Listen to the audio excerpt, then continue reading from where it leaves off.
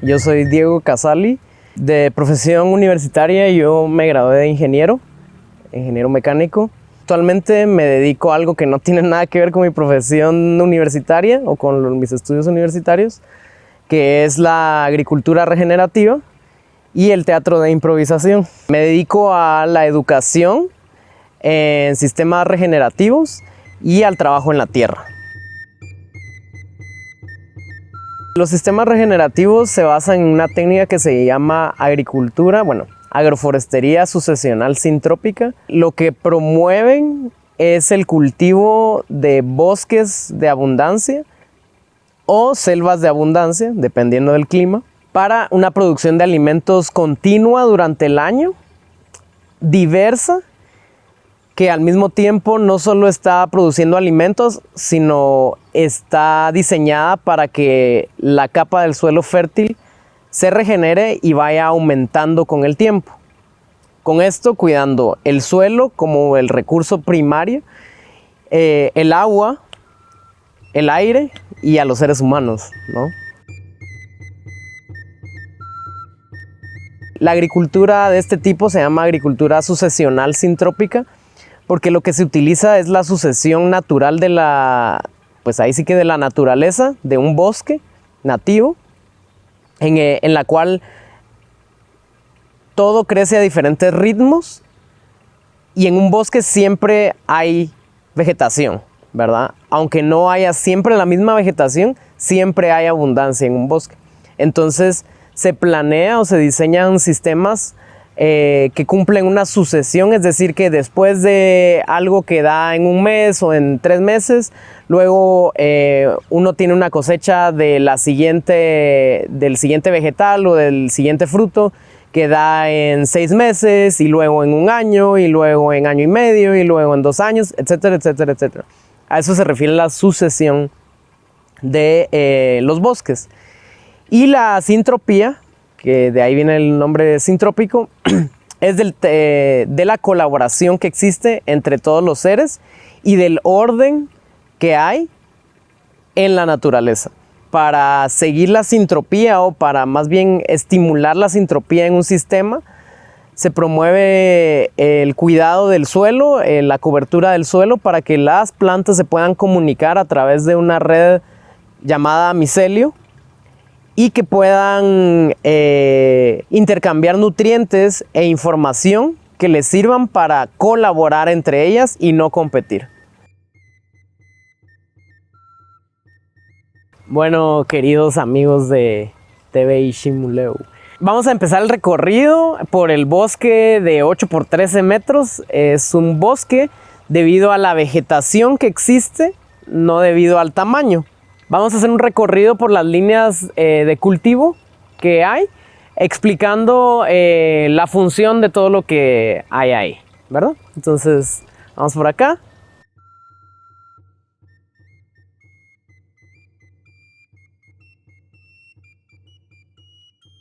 Aquí hay 6 camas de cultivo. Poquitas camas de cultivo de unos 13 metros de largo aproximadamente y de 1 metro de ancho. En cada cama existe una gran diversidad de vegetación, que es lo que hace que esto sea un bosque. Y lo que buscamos es que la diversidad permita que los organismos, las especies de este sistema colaboren unas con otras. Esta línea que vemos aquí es una línea de árboles frutales y árboles de servicio. Sin embargo, van a encontrar que hay algunas hierbas que no son árboles, como el apio, ¿verdad? Como zanahoria. Este sistema fue sembrado hace más o menos 1 mes, entonces todavía está en etapa de crecimiento. Y sembramos en resistencia, entonces hay algunas especies que no se dieron, pero vamos a seguir sembrándolas. La idea es que en lo que los árboles crecen, nosotros podamos aprovechar todo este espacio para hacer una primera cosecha de hierbas de placenta 1. Esto significa hierbas que nos pueden dar entre el mes, después del primer mes, y que su tiempo de vida es hasta 6 meses, ¿verdad? Ya a los 6 meses ya la planta debe ser quitada porque ya dio. Entonces, en la línea de árboles sembramos de esto para que podamos tener esa cosecha mientras los árboles crecen. Las hierbas de placenta 1 y placenta 2 se siembran para poder descompactar el suelo y que estas hierbas, las raíces, puedan abrir paso a los árboles y hacerles más fácil el crecimiento a los árboles. Al mismo tiempo, los árboles le van a ir dando sombra a estas plantas. En un bosque, pocas especies son de sol directo, a diferencia de un monocultivo en el que casi todas las especies son tratadas como emergentes. Esto significa que necesitan sol directo. Si nos damos cuenta, muchas veces el tomate es sembrado en viveros o en invernaderos más bien, porque el tomate no necesita sol directo. Igual que el café y la piña. Bueno, aunque la piña sí es sembrada en sol directo en un monocultivo, realmente la piña no necesita sol directo todo el tiempo. Entonces lo que hacemos es sembrar esta diversidad. Fue diseñado para que las plantas se den sombra mutuamente a las que necesitan sombra. Y las que sí necesitan sol directo puedan crecer y tener el sol directo. Como este eucalipto. Este eucalipto fue sembrado ya grande y el eucalipto sí es una especie que necesita sol directo. Si nos damos cuenta, el eucalipto tiene una gran altura y su misma naturaleza pide el sol directo. Entonces es una especie ideal para poder darle sombra a otras especies.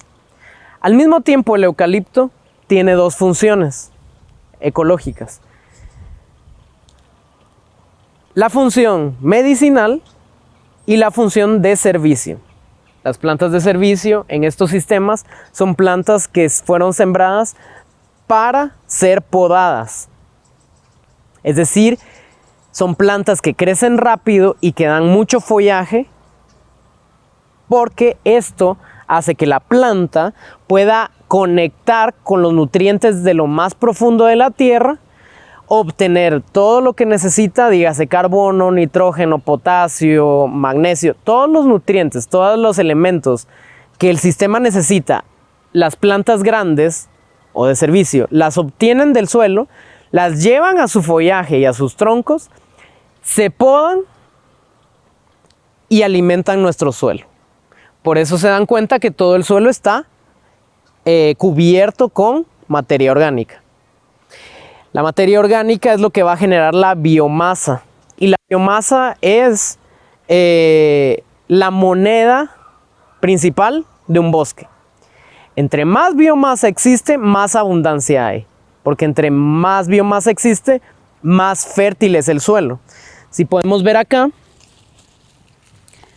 este suelo que está cubierto está húmedo y en el fondo vamos a encontrar, o más bien abajo de todo esto vamos a encontrar vida, insectos, hongos, que son lo que van a permitir, si vemos aquí, podemos ver micro insectos, todavía son perceptibles a la vista, pero todos esos insectos nosotros los cuidamos porque son los que ayudan a descomponer la materia.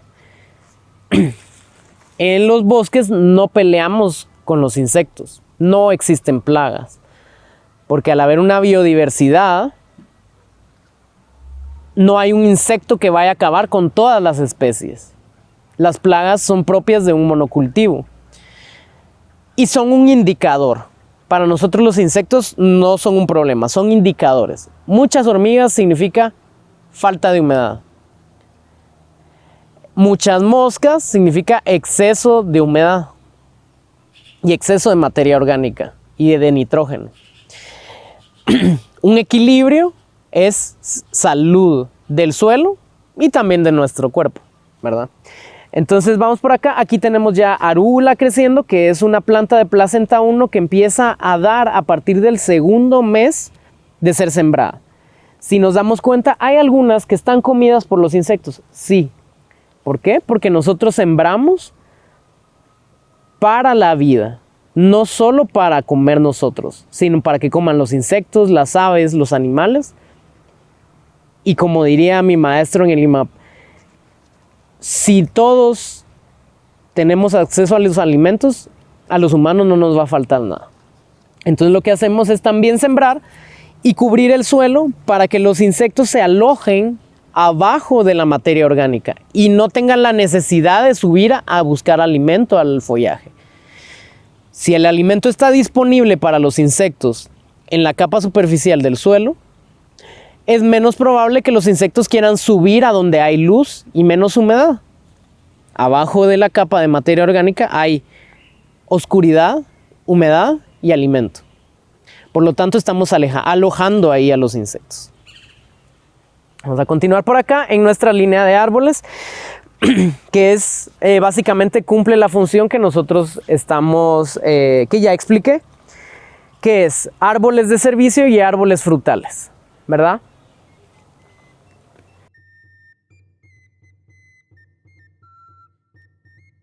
Por aquí tenemos un limón, ¿verdad? Este no estoy seguro de su nombre. Tenemos limón, tenemos aguacate. Si se dan cuenta, el limón y el aguacate están a más o menos 1 metro de distancia. La gente pensaría que se van a hacer competencia por los dos ser árboles.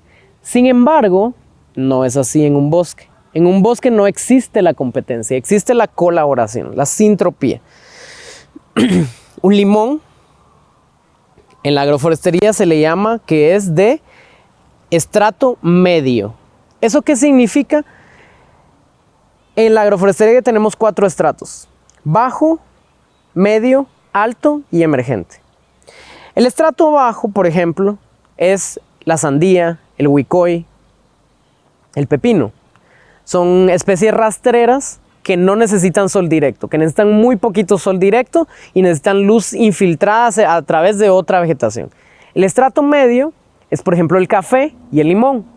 El café y el limón son especies que necesitan sol, pero no necesitan sol directo. Si se dan cuenta, si ustedes han visto un cultivo de café, siempre está sembrado o con gravilea o con higuerío, porque necesita sombra.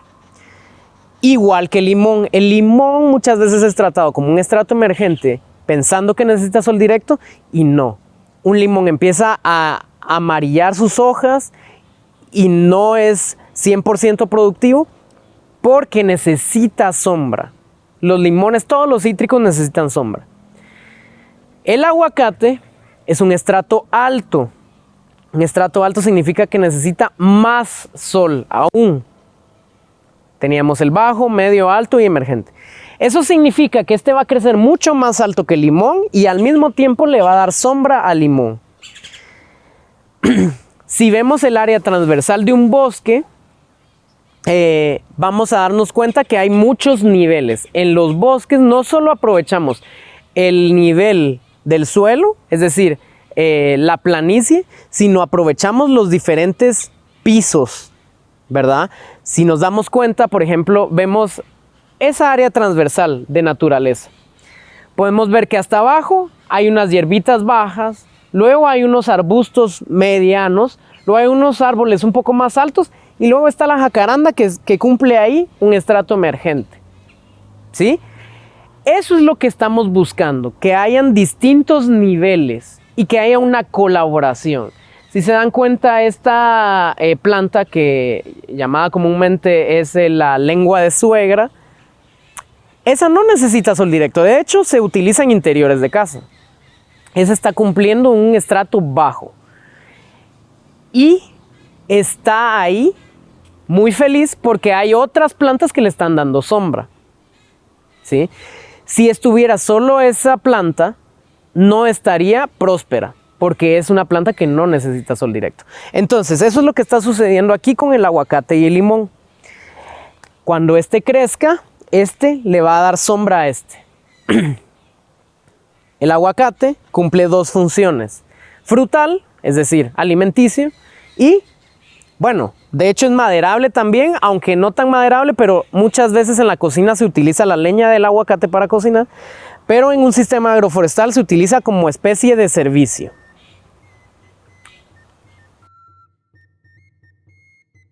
Las especies de servicio son las especies que son sembradas para ser podadas y alimentar nuestro suelo. En los sistemas agroforestales no invertimos un centavo en agroquímicos y toda esa energía que invertimos ahí la invertimos en mano de obra. ¿Y cómo se utiliza la mano de obra en un sistema agroforestal? Haciendo podas estratégicas. Cuando el aguacate ya dio sus aguacates, se podan las ramas más débiles, las ramas que ya dieron aguacates, y se reintegran al suelo. Eso tiene muchas funciones. Va a alimentar nuestro suelo con materia orgánica, haciendo cada vez más que la capa de suelo fértil crezca.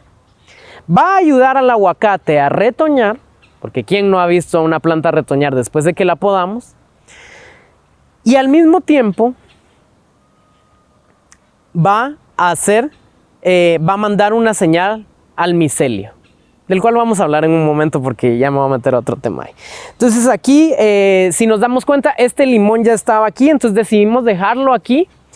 Y como el limón dijimos que es un estrato emergente, si se dan cuenta, no está creciendo tan rápido para arriba, crece más para los lados. Entonces lo que buscamos también es leer el lenguaje de la naturaleza. Si está creciendo para los lados, significa que no necesita crecer hasta arriba. A diferencia de... A ver, mi querido Luis, ¿puedes reconocer esta especie?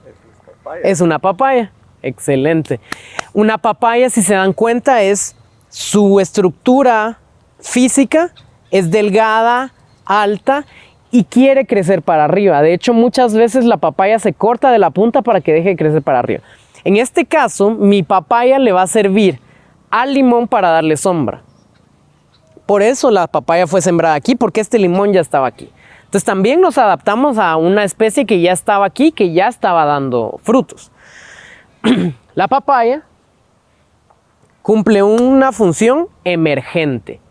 La papaya sí es una especie que necesita sol directo. ¿Cómo saberlo? Observándola. Es alta, delgada y empieza a crecer para arriba. Eso significa que está buscando la luz. A ver, vamos a hacer esto interactivo. Mi querido Luis, usted ha visto el maíz, ¿cierto? Sí. El maíz. ¿Qué forma tiene el maíz? Siempre es alargado y para arriba. Alargado y para arriba. Incluso la caña es así. Exacto. Es delgado, alargado, busca el sol. El maíz es un estrato emergente. Ese sí necesita sol directo. Y por eso muchas veces, o de hecho el ideal es que se siembre con frijol y calabaza.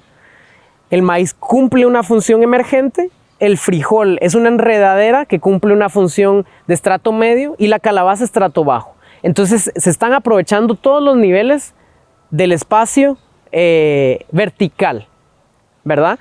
Y bueno, luego tenemos aquí otras plantitas que están ayudando a abrir el suelo, como sandía, si no estoy mal. Tenemos más arúgula, porque aquí en Antigua a la gente le encanta la arúgula y es súper rentable. En el supermercado, una libra de arúgula, no sé si has visto, pero te costará 40 quetzales la libra. La media libra te cuesta 40 quetzales.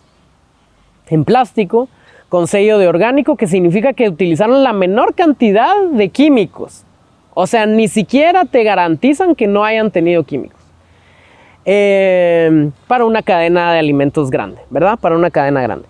Entonces la arúgula es una especie de estrato medio, de sucesión natural, placenta 1. Eso significa que la arúgula me va a dar en 30 días. Tenemos un higo también. Yo creo que esta es una hierba silvestre. Entonces, ¿cuáles son las cosas que hay que hacer aquí? Ir podando las hierbas silvestres. La función de la materia orgánica también es inhibir el crecimiento de hierbas no deseadas. Es decir que al tener esto aquí, va a empujar y va a evitar que crezca la mal llamada maleza, sino hierbas silvestres, y que esa energía que la tierra hubiera utilizado para hacer crecer la maleza, ya no le vamos a llamar maleza, le vamos a llamar hierbas silvestres. Esa energía que la tierra hubiera usado para crecer, por ejemplo, esta hierbita, si tenemos más materia orgánica, esa energía se va a nuestros árboles o plantas objetivo. Lo que estamos haciendo es manejar la energía.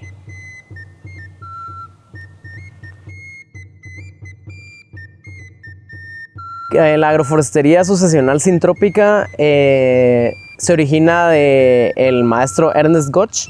Es un suizo genetista que se dedicó al estudio meticuloso de los bosques para cuestionarse por qué la salud de los seres humanos no podía ser mejorada a través de mejorar la salud de los alimentos que los seres humanos consumen, ¿no? A través de la salud de las plantas, que al final son la materia prima de lo que nos da salud a nosotros. Tecnifica, teoriza todos los mecanismos de un bosque para hacer agricultura. Surge este movimiento para regenerar el suelo fértil y poder no solo producir alimentos para sobrevivir, sino en abundancia.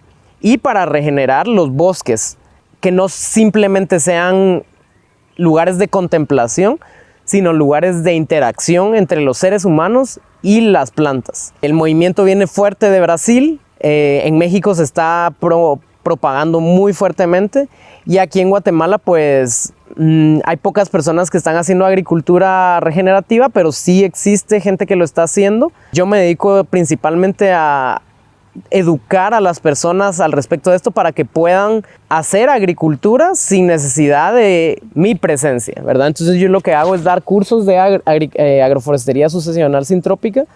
Sin embargo, hay otras organizaciones como Contour Lines, como Agroforestry en Izabal, unas pocas que están haciendo agroforestería, que es producir todo el año, no lo mismo, pero sí producir alimentos todo el año. Y la agroforestería es una rama de la permacultura, ¿verdad? Sí está contenida en la permacultura, por lo tanto diría yo que en la agroecología también. Sin embargo, yo los acercamientos que había tenido antes de la agroforestería no eran tan técnicos y tan acelerados como lo es en la agroforestería, porque en la agroforestería lo que se remarca mucho es la rentabilidad económica del sistema. Y muchos sistemas agroecológicos o de permacultura, o muy pocos, tocan el tema financiero, ¿verdad? Todo es como por amor a la naturaleza y qué lindo, pero creo que a todos nos sirve el dinero, ¿verdad? Y es una de las visiones que hay con la agroforestería, que sea un sistema rentable, ¿verdad? Que al paso del tiempo el sistema sea de abundancia, no solo de alimentos y no solo financiero, sino de ambas cosas. Puede ser desde nivel huerto, es decir, desde un espacio, yo he trabajado en espacios de, ¿qué? 3 metros por 3 metros, que no es mucho, ¿verdad? Porque la idea es, la clave está en el diseño. Una vez aprendemos los conceptos de la regeneración y de cómo funciona un bosque, se puede replicar a diferentes escalas. A nivel huerto, donde no caben tal vez árboles tan grandes, a nivel mediano, como es este que tenemos atrás, que es de aproximadamente 8 metros por 13 metros, o a una escala más grande, en donde ya se ocupan más de 1 hectárea para la regeneración de un espacio grande y una producción a nivel agrícola de finca, pero siempre respetando a la naturaleza y no utilizando agroquímicos. Vamos a pasar al siguiente bloque. Por acá. Aquí vemos diferentes especies. Estas son especies más arbustivas: el romero, la lavanda, la hierbabuena. Es una línea de hierbas aromáticas. La persona, Katie, Katie es la persona que proveyó de este espacio, y lo que busca es tener un espacio donde las hierbas puedan servir para hacer bebidas naturales, ¿verdad? Sin embargo, no solo podemos enfocarnos en eso, porque también necesitamos otras especies que alimenten el suelo. Estas son más arbustivas y lo que van a buscar es, ahí sí, no competir con las alturas de la línea que está a la par, que es de árboles. Las líneas arbustivas necesitan de cierta sombra, entonces lo que buscamos a largo plazo o a un mediano plazo es que los árboles que están en la primera línea le den cierta sombra a estos. Y los que no necesiten sombra, cuando no necesitemos sombra, se podan los árboles para alimentar nuestras plantas objetivo. ¿Ok? Aquí vemos un ejemplo de una planta que no se dio, que también está bien, es decir, no pasa nada, y lo que hacemos es resistir. Si no se dio, sembrar otra vez, ¿verdad? No rendirnos en la lucha. ¿Por qué pudo haber pasado? Puede ser que no se trató bien al traerla, o que no se adaptó bien porque muchas veces en los viveros se utilizaron muchos agroquímicos, o ya le tocaba perecer a esa plantita, ¿verdad? Entre las plantitas tenemos fresas, ¿verdad? Que apenas están creciendo. Como podemos ver, esta línea es de hierbas aromáticas que son crecen un poquito más alto, pero no tan alto como las líneas de árboles. Ahora, algo que quiero hacer notar, tal vez vamos a la siguiente línea, por acá, es que aquí mi querido Luis está caminando sobre las líneas de troncos más gruesos.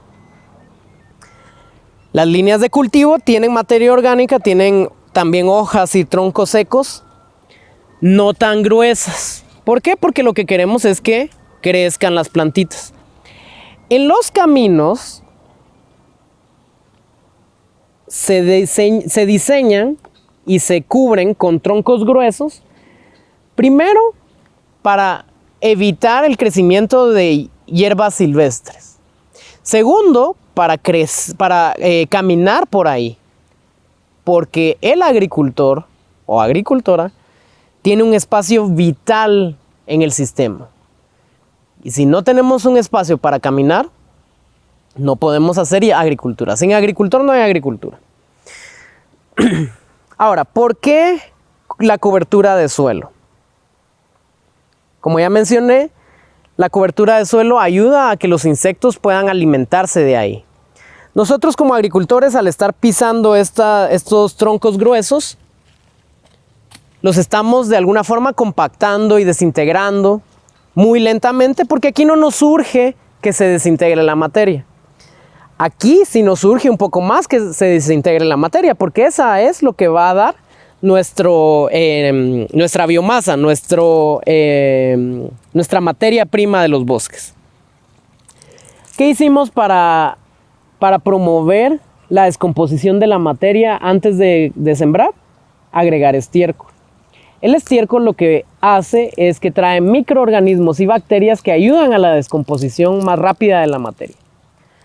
En la agricultura sucesional lo que hacemos es acelerar procesos que sucederían naturalmente, de forma natural.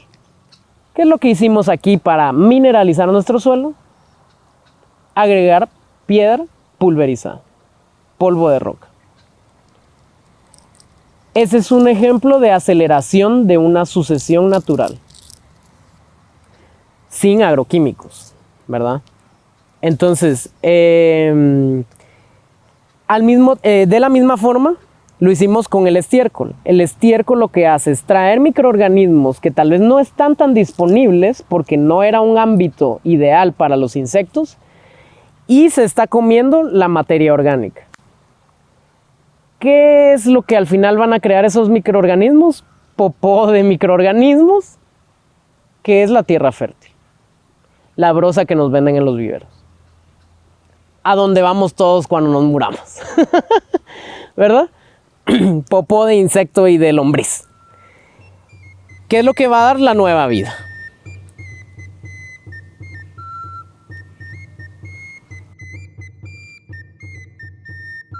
Lo que yo hago es esto, educar y trabajar la tierra. Ya como un subproducto, ya he ido comercializando productos que tengo en abundancia, ¿no? Entonces, cuando mis maracuyás dan 200 maracuyás en una semana, pues no hay cuerpo que aguante tantos maracuyás, entonces ya los comercio. Y pues mi forma de comercio es siempre la producción local, orgánica. Haciéndole saber a la gente que con su consumo ellos me están ayudando a yo continuar mi educación y mi trabajo en la regeneración del suelo. Porque mucha gente tal vez no tiene suelo, no tiene tierra, ¿verdad? Pero quiere contribuir. Y solo con la compra local ya es mucho. Entonces con mis hierbas ya hago sahumerios, que vendo lo que tenga a disposición. Lo ofrezco en la página de Cosecha Urbana, ¿verdad? También con una amiga que trabajamos ahí por el Calvario, ella pues ya está produciendo varias cosas, entonces hace tinturas y yo le he dicho, mira, los podemos promocionar a través de Cosecha Urbana porque mi visión es integral, no solo a nivel de agricultura, sino en el consumo también, cómo nosotros estamos interactuando y cómo nosotros estamos obteniendo todos esos nutrientes en nuestro cuerpo, para estar bien, ¿no? Para tener ese vínculo con la naturaleza y no solo, ay, qué lindo crece todo, ¿no? Bueno, cómo estamos consumiendo nosotros, qué estamos alimentándonos y cómo nos estamos sanando también, ¿verdad? Más joven yo tenía el ideal de esto, ¿no? De gritarlo al mundo y de decir y de abrirle los ojos a la gente. Ya después me di cuenta que cada quien abre los ojos en su ritmo y por sus crisis. Muchas veces estos cambios radicales de vida vienen a partir de una crisis, ¿no? Y es o crecer o perecer, literalmente, ¿no? Entonces, la naturaleza nos invita a crecer todo el tiempo. O sea, un árbol todo el tiempo está creciendo, aunque no lo veamos. Poquito a poquito, una hoja está creciendo todo el tiempo. Y nosotros también, solo que no lo vemos, creemos que nos quedamos de alguna forma, pero nuestros otros cuerpos que no son precisamente físicos, incluso nuestras células, todo el tiempo están mutando, todo el tiempo están cambiando, botándose las células viejas. Entonces, para mí la importancia de entender esto es dejar de sufrir, pare de sufrir, diría el famoso vivir bien, vivir conectados con el flujo natural de la naturaleza, escuchando, receptivos a los mensajes que existen ahí, y realmente hacer una revolución interna. La gente cree que revolución es salir, quemar llantas, gritar, y sí puede funcionar, especialmente en estos tiempos que estamos viviendo. Creo que se necesita mucho esta expresión, estos gritos. Sin embargo, la revolución es dejar de depender de un sistema que nos quiere tener esclavos de las medicinas, de los alimentos, del pensamiento, reprimidos por las noticias que existen en los medios principales, digamos, o en los medios más populares. Dominados por la comida que consumimos en las cadenas, en las grandes cadenas, ¿verdad? Por lo tanto, dominados por los medicamentos de las grandes cadenas de medicamentos. Entonces, creo que para mí ha sido realmente resignificar la libertad, que es algo que dicen estos maestros de Senacri en Chichicastenango, que son los guardianes de la libertad. Ellos resguardan la semilla porque saben que si ellos resguardan su semilla, resguardan la libertad de todo el conocimiento que existe en las semillas, por lo tanto en nuestros alimentos, por lo tanto en nuestra salud, por lo tanto en nuestra forma de vida. Entonces, la importancia es no solo eso, sino el cuidado de la tierra, lo dije ya varias veces, del agua, del aire, ¿no? porque de eso dependemos, ¿verdad? No es acerca de salvar la tierra, es acerca de amarnos a nosotros mismos, el del amor propio, ¿verdad? Y eso pues requiere bastante trabajo.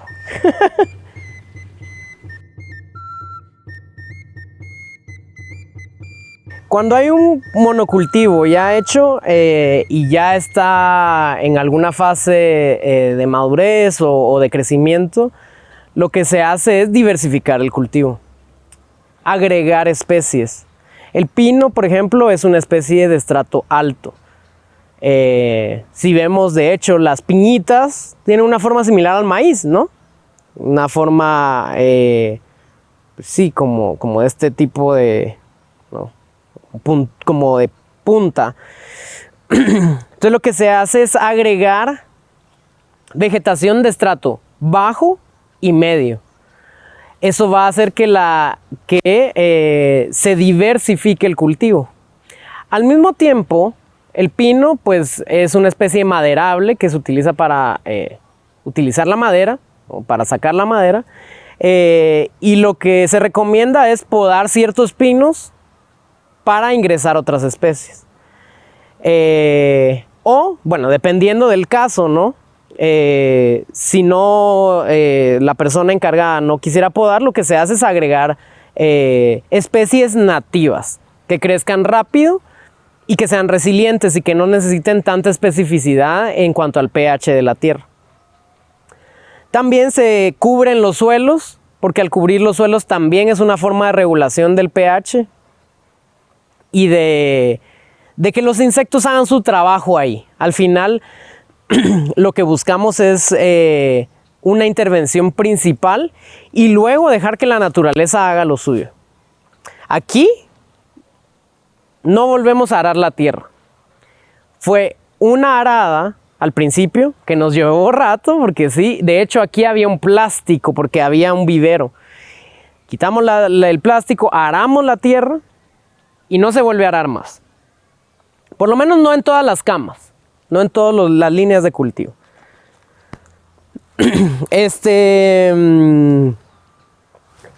El utilizar bioinsumos también es una opción. Agregar estiércoles nos va a ayudar a que los microorganismos que existen en los estiércoles regulen la química del suelo.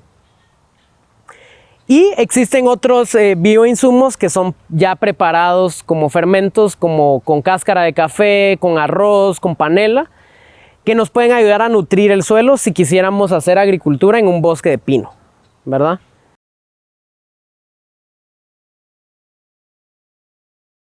Bueno, aquí lo que vemos es una línea con hierbas, con hortalizas, con hierbabuena, con fresas. También se sembró banano. El banano es una especie muy valiosa en los sistemas agroforestales porque el banano guarda mucha humedad. De hecho, aquí lo podemos ver. Esto es un tallo de banano que lo que tiene es mucha humedad, ¿verdad? Si se dan cuenta, mis manos quedan muy húmedas. Este ya pues ya no tiene tanta humedad, generalmente escurren. Ahí está, ¿ve? Con este pedacito de banano. Entonces lo que va a hacer el banano es captar agua. Es un fijador de agua. Y utilizar el tallo de banano para humedecer nuestra tierra en tiempos de sequía. Entonces, además de eso, el banano muchas veces es utilizado para filtrar las aguas grises. Si se dan cuenta, el tallo del banano tiene unas fibras aquí que lo que hacen es filtrar los jabones y capturarlos aquí. Y a la hora de reintegrarlos al suelo, la tierra hace su magia de descomponer los jabones en un sistema que se llama círculo de bananos. Que creo que lo vi en uno de los reportajes que hiciste, que me mandaste, Luis. Entonces, Además de tener bananos. ¿Verdad? El micelio es una red neuronal bajo la tierra. Es el equivalente al tallo de un árbol, pero de los hongos. ¿Cómo así? De un árbol de mangos, el fruto es el mango. Y el árbol es el tallo, ¿no? La estructura que saca el mango es el árbol. El hongo es un fruto del micelio. El micelio es un árbol subterráneo, por decirlo de alguna forma. Es una red que transporta minerales, información entre especies. Esta red, como todo hongo, como todo sistema de este reino de los hongos, necesita humedad. Si esta humedad no existe en el suelo, esta red se seca y deja de existir. Lo que pasa en los monocultivos. El suelo está pelón, descubierto, por lo tanto el micelio no existe, se seca. Por lo tanto, no hay comunicación entre las especies. Cuando nosotros mantenemos nuestro suelo cubierto, el micelio se mantiene vivo, se mantiene activo. Esto hace que las plantas puedan comunicarse para... Aquí viene una tormenta, prepárate, ¿no? Necesito tal nutriente, yo lo tengo. Este espacio está conectado y comunicado a través del micelio. ¿Cómo lo sé? Porque ya lo vi. Es una red, a ver si la encontramos aquí, pero muchas veces está muy enterrada. Cuando empezamos a ver, bueno, no, esto es tierra, esto es polvo de roca. No voy a mover tanto porque aquí ya están germinando. Pero bueno, yo lo sé porque ya vi hongos. Y si hay hongos es que hay micelio. Porque el hongo es el fruto del micelio. Eso va a hacer que mi sistema se comunique y que las plantas en este sistema puedan colaborar mutuamente. Es como que nosotros ya no tuviéramos teléfono, ni wifi, ni nada. Luis no me hubiera podido contactar a mí y yo no lo hubiera podido contactar a él. Él necesita crecer su emprendimiento, su movimiento de comunicación, de expresión, y yo necesito dar a conocer estas cosas. Diego, mira, necesito esto. Buenísimo. Colaboremos, trabajemos. Si esa red deja de existir, no hay comunicación, no hay colaboración. Por lo tanto, hay competencia. Quiero acabarme todo lo que hay alrededor mío porque no va a haber más, porque me siento amenazado, porque no hay nadie colaborando conmigo. Eso es lo que sucede cuando el micelio no existe. Entonces, cuando hacemos una poda, un deshierve en nuestro sistema, el micelio lo sabe. ¿Y qué es una poda? Acabar con, terminar súbitamente con la vida de una planta, ¿no? Estas plantas aquí, es el famoso higuerillo, es una planta que no me da frutos. Lo único que se saca del higuerillo es el aceite de ricino o el castor oil, que lo utilizan medicinalmente, no sé exactamente para qué, de la semilla.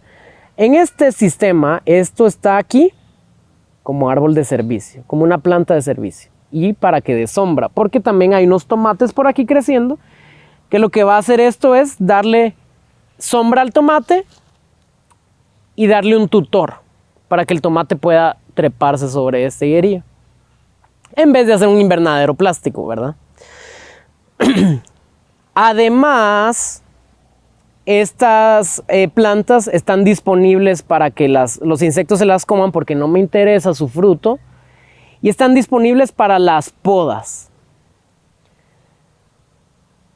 La poda, como mencioné antes, lo que va a hacer es nutrir mi suelo con los nutrientes que esto está absorbiendo del centro de la tierra o de lo profundo de la tierra más bien. Lo va a cubrir, va a ayudar a que mi planta retoñe y además le va a enviar una señal al micelio de que un ciclo terminó. Cuando uno poda, uno cierra un ciclo. Cuando uno corta con la pareja, lo ideal es cerrar el ciclo, no estar ahí de que, ay, ¿cuándo te veo? No, ya, se acabó, por favor. Cerramos el ciclo. Porque cuando un ciclo se cierra, un nuevo ciclo empieza. Entonces, si no cortan bien con la pareja, no hay espacio para una nueva relación, porque nunca cerramos ese ciclo. Igual sucede aquí. Si nunca podamos, nunca cerramos ciclos. Ahí hay que tener cuidado. Entonces, cuando podamos, el micelio recibe la señal eléctrica de que algo terminó. ¡Pum! Ah, aquí cerraron el ciclo de esta hojita. Y el micelio muy sabio y la naturaleza muy sabia, después de que se cierra el ciclo de algo, ¿qué es lo que sigue? Inicia un nuevo ciclo de otra cosa. Entonces, esa señal, el micelio la recibe y dice, ah, se cerró un ciclo, abramos un nuevo ciclo. Y entonces, ¿qué es lo que va a suceder? A mis plantitas objetivo, que es el tomate, van a decir, van a recibir el pulso de nuevo ciclo. Y van a ayudar, el micelio va a ayudar a esta planta a crecer porque algo ya terminó aquí. También es un tema de transferencia de energía. La energía que esta hoja tiene en forma de humedad, de nitrógeno, de carbono, de oxígeno, yo la reintegro al suelo para que mi planta de tomate la tenga.